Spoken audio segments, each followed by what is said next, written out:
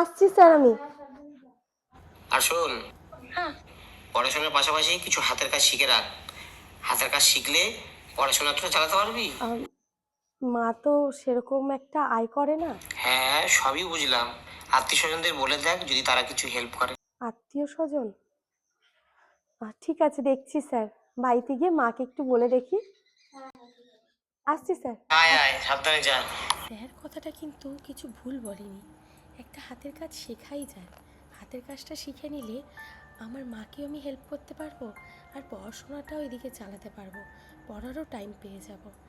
আর আর মাকে গিয়েও আজকে তাই বলি আমি। স্যার কথাটা কিন্তু কিছু ভুল বলেনি। একটা হাতের কাজ শেখাই যায়। হাতের কাজটা শিখে নিলে আমার মাকেও আমি হেল্প করতে পারবো, আর পড়াশোনাটাও এদিকে চালাতে পারবো।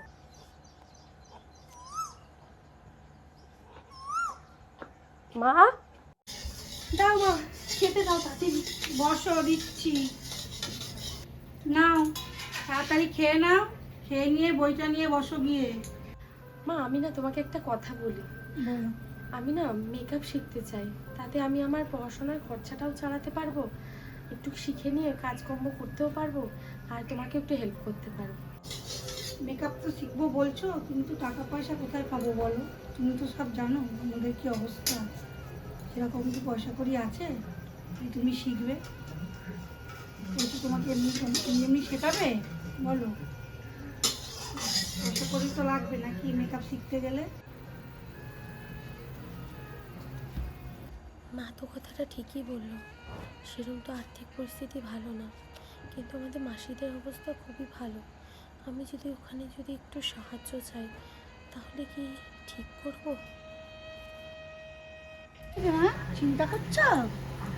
চিন্তা করো না, চিন্তা করো না। তুমি যেটা ভাবছো সেটা ঠিক হবে। তুমি যেটা শিখতে চাইছো তুমি ঠিক শিখতে পারবে।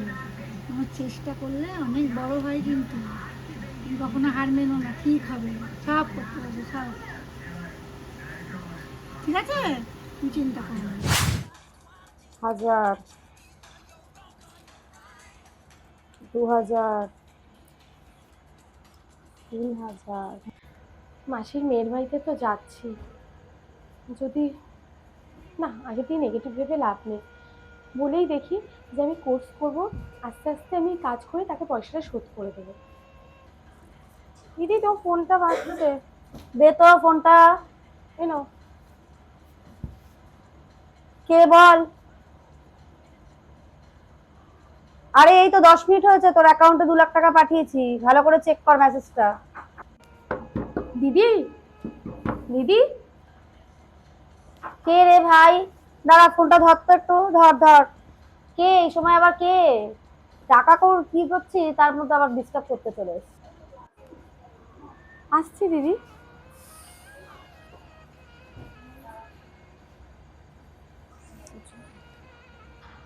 দিদি, একটা কথা না বলার আছে। তুই কি ব্যাপার? এই নিচে বস, চেয়ারটা এইমাত্র পরিষ্কার করেছি, নিচে বস। হ্যাঁ। বল, এসছিস যখন কি বলার আছে তাড়াতাড়ি বলে ফেল। আমার না মানে একটা মানে মেকআপের কোর্স করার ইচ্ছা, মানে যদি কিছু হেল্প করতে তাহলে আমি কোর্স করে আস্তে আস্তে শোধ করে দিতাম তোমাকে টাকাটা, আর তাতে আমাদের বাড়িতেও একটু মানে তুই মেকআপ শিখবি তার জন্য আমি টাকা দেবো? মানে আমি কি পয়সার গাছ নিয়ে বসে আছি নাকি যে ঝাড়বো আর তোকে দেবো? না না, আমি সেটা বলতে চাইনি, মানে কিছু অল্প কিছু হলে আমি একটুখানি কোর্স করে কিছু প্রোডাক্ট নিয়ে কাজ করেই তোমাকে শোধ করে দিই। তুই কবে মেকআপ শিখবি, কবে তুই প্রফেশনাল মেকআপ আর্টিস্ট হবি, তারপরে তুই আমাকে টাকা দিবি? এটা কোনো কথা? আমার পয়সার গাছ নেই রে, আমি ট্যাক্সাল নিয়ে বসে নেই যে তোকে ছিড়বো আর সেখান থেকে দিয়ে দেবো। এটা সম্ভব না। নে বল, আর কিছু যদি বলার থাকে নতুন করে সেটা বল। এই সমস্ত ব্যাপার আমার সাথে ফালতু কথা বলতে আসিস না। আমার সময়ের দাম আছে রে, আমার ঘরে অনেক কাজ আছে, বুঝেছিস তো? ওই যে মালতী এসছে কাজ করতে, ওই মালতীর কাজটা দেখতে হবে আমাকে। ঠিক আছে। ঠিক আছে, আয় তাহলে। বেকার বেকার দিদিভাইকে বলে কষ্টটা দিলাম। না, এরকম করে আর হবে না। কোথাও একটা জায়গায় কাজ করে অল্প পড়াশোনা করব, আর বেশিরভাগটা কাজ করে মেকআপটাও শিখে নেব, আর পড়াশোনার খরচাটাও চালিয়ে নিতে পারবো। সামনেই দেখলাম এই দোকানটা, একটু কাজ চেয়েই দেখি যদি কোনো কাজ পাওয়া যায়। দাদা, বলছি আমাকে একটু কাজ দেবেন? যে কোনো কাজ হলেই চলবে। আপনাকে দেখে তো মনে হচ্ছে আপনি পড়াশোনার করার বয়স, আপনি কাজ করবেন, কাজ করতে পারবেন? হ্যাঁ হ্যাঁ, সব করে দিতে পারবো, কোনো অসুবিধা নেই। কটার সময় আসতে হবে শুধু আপনি এটা বলে দেবেন, ঠিক আছে? সকালবেলা 8টায় চলে আসবে। ঠিক আছে। জীবনে বড় শিক্ষাটা কি জানো? মানুষের কাছে রিজেকশন পাওয়া, যে কোনো কিছুর ক্ষেত্রে হোক। রিজেকশন না পেলে তুমি কোনোদিনও নতুন কিছু শিখতে পারবে না। আমি রিজেকশন পাওয়ার পরেই কিন্তু মনে হলো যে আমি কাজও করব, তাতে পড়াশোনাটাও চালাতে পারবো, আর কারোর কাছে হাতও পাততে হবে না। আর জানেন তো, এই ব্যাপারটা কিন্তু আমার মা জানতো না যে আমি একটা দোকানে কাজ করছি।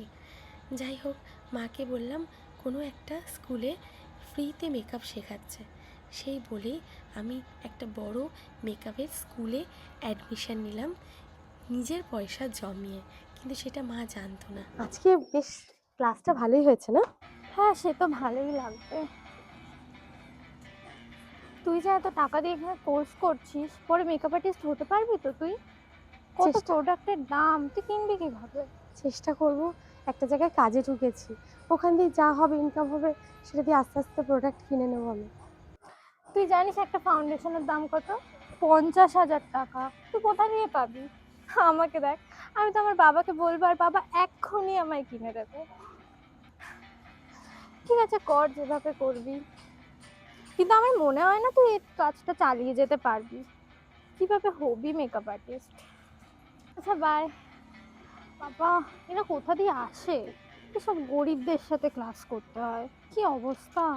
আবার ছেঁড়া চটি পরে এসছে, দেখলেই হাসি পায়। After 3 years. তোমাকে এতদিন খালি ফোনেই দেখেছি, আজকে সামনাসামনি দেখছি, তোমার সাথে তোমার কাছে সাজার আমার অনেক দিনের ইচ্ছা। ভীষণ ভালো লাগছে আজকে। তাহলে এবার আজকের ক্লাসে প্রথম মেকআপটা স্টার্ট করি।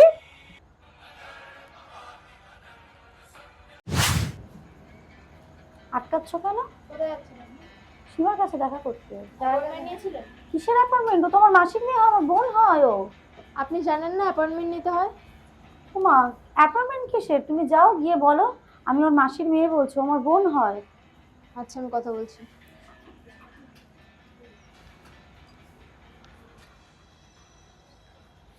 বাবা, পয়সা পেলো কোথা থেকে?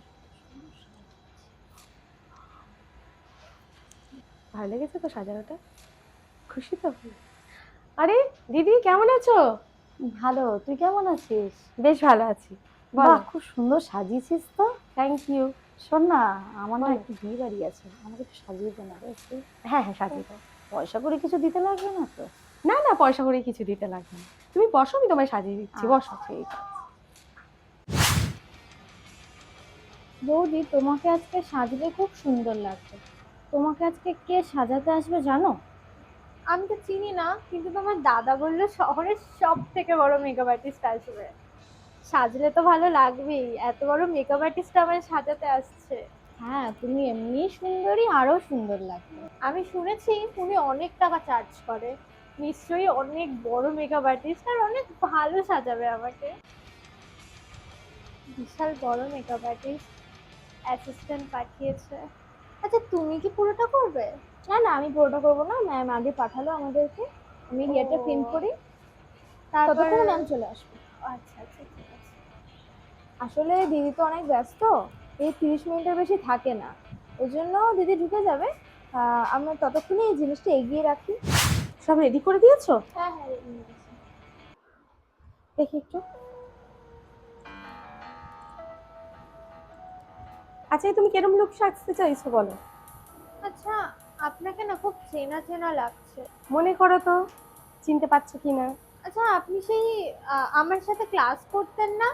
আমরা একসাথে মেকআপ শিখতাম। হ্যাঁ। এখন এত বড় মেকআপ আর্টিস্ট, এত বড় জায়গায়! তোমাদের আশীর্বাদ ভালোবাসাতে। আমার না খুব ভালো লাগলো শুনে। আর আজ ভাগ্য কোথায়, আপনি এত বড় জায়গায় আর আমি। ছাড়ো, ওইসব কথা ভুলে যাও। এখন সাজানোটা স্টার্ট করি, কারণ কি এমনিতে অনেক লেট হয়ে গেছে, তাড়াতাড়ি আবার আমাকেও বেরোতে হবে। চলো, এবার আয়না দেখো, তুমি রেডি হয়ে গেছো। সুন্দর লাগছে আমাকে, আমি একদম এরকম চেয়েছিলাম। আমাকে তো তার থেকেও সুন্দর লাগছে। বাহ বৌদি, কি সুন্দর লাগছে তোমাকে, একদম লক্ষ্মী ঠাকুরের মতো। ইউ রে। আজকে তুই আমাকে কত সুন্দর করে সাজিয়েছিস।